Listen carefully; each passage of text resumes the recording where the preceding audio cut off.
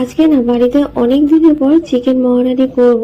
প্রায় অনেক দিন হয়ে গেছে করিনি। আর এই চিকেন কষার থেকে কিন্তু চিকেন মহারানিটা খেতে বিশেষ করে আমার বেশি ভালো লাগে। সাধারণত আমি মুরগি মাংস অতটা পছন্দ করি না, তবে খাই। তবে চিকেন মহারানিটা করলে সেখান থেকে 3 থেকে 4 পিস আমি নিজেই তুলে খেয়ে নিই। চিকেন মহারানি করার জন্য আমি 500 মতন মাংস নিয়েছি, আর পরিমাণ মতন পেঁয়াজ 4টে মিডিয়াম সাইজ। তার আগে মশলাটা আমি তৈরি করে নেবো, যেটা মেন উপকরণ। এখানে নিয়েছি 4টে মতন শুকনো লঙ্কা, ধনে, জিরে আর নিয়েছি মৌরি। এই মশলাটা হালকা করে ভেজে নিয়ে শিলে বা মিক্সিতে ভালো করে বেটে নিতে হবে।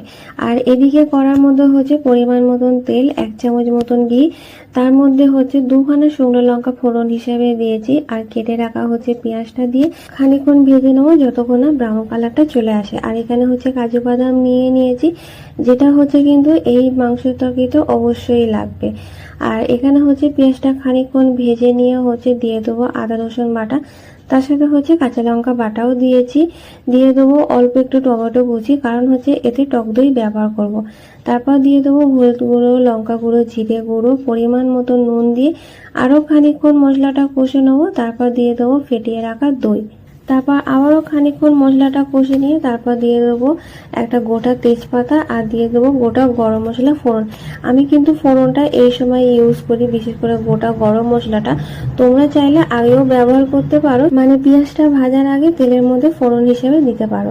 তো আমি পরেই দিই। তারপর আবারও খানিকক্ষণ মাংসটা কষে নিয়ে তারপর দিয়ে দেবো বেটে রাখা বাদাম, যে কাজু বাদামটা একটু আগে দেখিয়েছিলাম। তো সেই বাদাম বাটাটা দিয়ে আবারও খানিকক্ষণ কষতে হবে, যাতে বাদামের গন্ধটা চলে যায়। আর তেল ছেড়ে আসলে তাহলে বুঝতে পারবে যে মাংসটা ভালো মতন কষা হয়ে এসছে। তবে হ্যাঁ, এই মাংস কষার সময় কিন্তু বেশি জল ব্যবহার করা যাবে না, একটু কষিয়ে মাংসটা কষতে হবে, তবেই মাংসের স্বাদটা হবে। আর হ্যাঁ, মাংসটা কষতে কিন্তু আমি একবার ভাজা মশলাটা ব্যবহার করেছিলাম।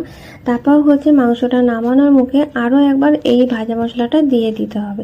মোটামুটি 2বার মতন ব্যবহার করতেই হবে অবশ্য, তবেই মশলা সেই স্বাদটা আসবে।